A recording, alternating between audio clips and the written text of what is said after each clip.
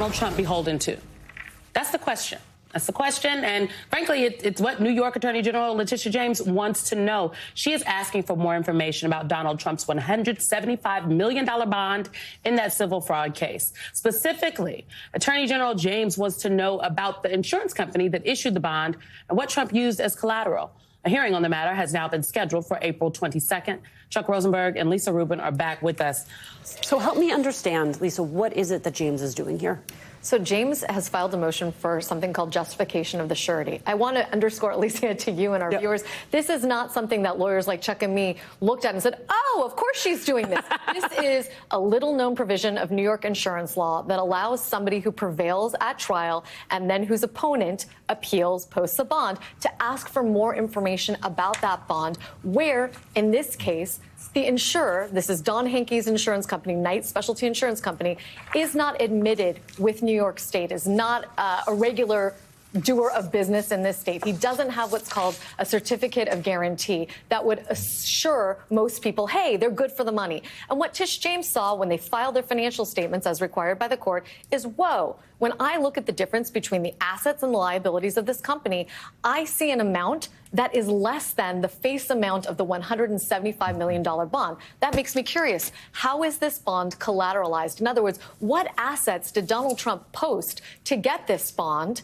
And we're entitled to see it, court, because of this particular statute. So within 10 days of their filing last week, Don Henke's Knight Specialty Insurance Company needs to provide that information. If they don't, the bond is invalid. It will stay in place until Trump can obtain a new one. But the bond gets invalidated if they don't provide this information. And then Donald Trump is going to have to go out into the insurance market and find someone else to post this bond for him or post the security himself. I don't think we're going to get to that point, but we'll have a hearing on April 22nd where some of this will become clearer. Okay, so Lisa Rubin, we were here chatting in the break, and even Chuck Rosenberg said, Lisa has read all the documents, so ask her first. Just to put a finer point on it and just, put it in layman's terms, when you buy a house, right, when you strike a deal that you're going to buy a house, you have to put a certain amount of money in escrow. When you have to put the money in escrow, you literally have to prove, one, that you have the funds, and then you have to they take the funds out of your bank account and put them somewhere else. So is the question here, did Donald Trump do that? And is that what they're trying to find out if actually happened? Like, where is this money? Does the money actually exist? Or, what is going on here? I think they're trying to figure out something, Simone, slightly different than that. It's not, does the money exist? But assume that Trump gave Knight Specialty Insurance Company the right to seize something worth $175 million in the event that they have to post the bond. What is it that he gave them the right to? What did he pledge as collateral for the bond? Was it cash in a bank account? Was it bonds? Don Henke has given a number of media interviews. He's been surprisingly forthcoming with a number of outlets, including our own. But his precise statements about what the collateral is have differed a little bit. He told one outlet it was all in cash. He told another it was cash and a little bit of investment-grade bonds, but he couldn't quite remember. If somebody pledged collateral to me and I wasn't usually in the surety bond business, I would sure as heck remember what that collateral looked like if I was going to loan them or essentially put up for them $175 million. So Letitia James has reasonable questions to ask, and I think they will get asked under this provision of New York law. So that's the part of this that's still the mystery, Chuck, in terms of where we go next here with all of this. You have, of course, Don Henke, who is the billionaire businessman who's providing the money after 30 surety firms said no, after banks said no.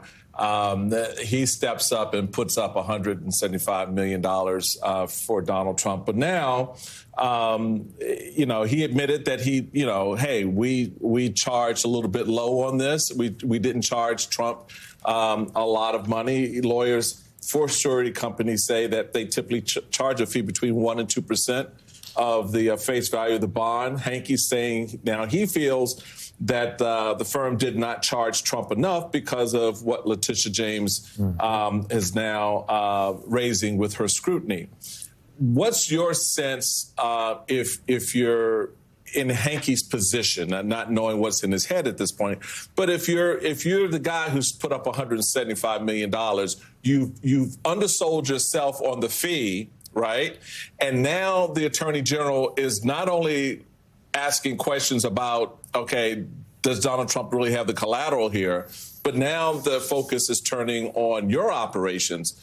What do you think plays out here? He can't like that, Michael. He may have been trying to help Mr. Trump. He may be a supporter or a friend or an admirer or a political ally.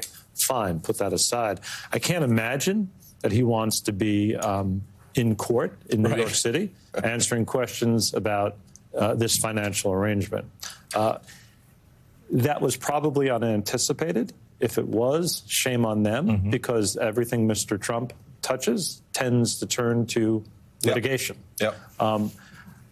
I think there are probably some answers here that the Attorney General of the state of New York has to have, because what she's trying to do is protect her judgment.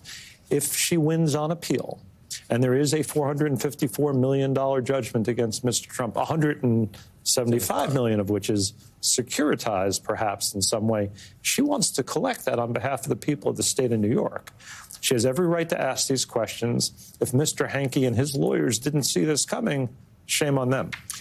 So just real quick, I have to ask this, Lisa, what happens to the difference? I mean, it's a $454 million judgment that is secured up to $175 million. So if all of this plays out and Letitia James is successful, who covers the difference? Well, Trump has to cover the difference, and how he does that remains a mystery, right? In part because it's not securitized for the rest, as Chuck just pointed out. If and when Letitia James wins on appeal to the full satisfaction of that $454 million, and by the way, that will grow by the day with post-judgment interest. If upheld on appeal, it will be substantially larger than that by the time we reach that judgment some months in the future.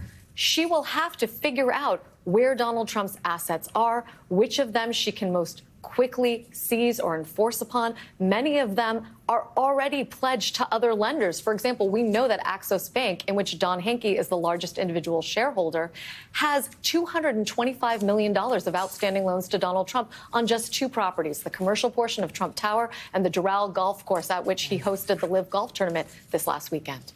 And there it is.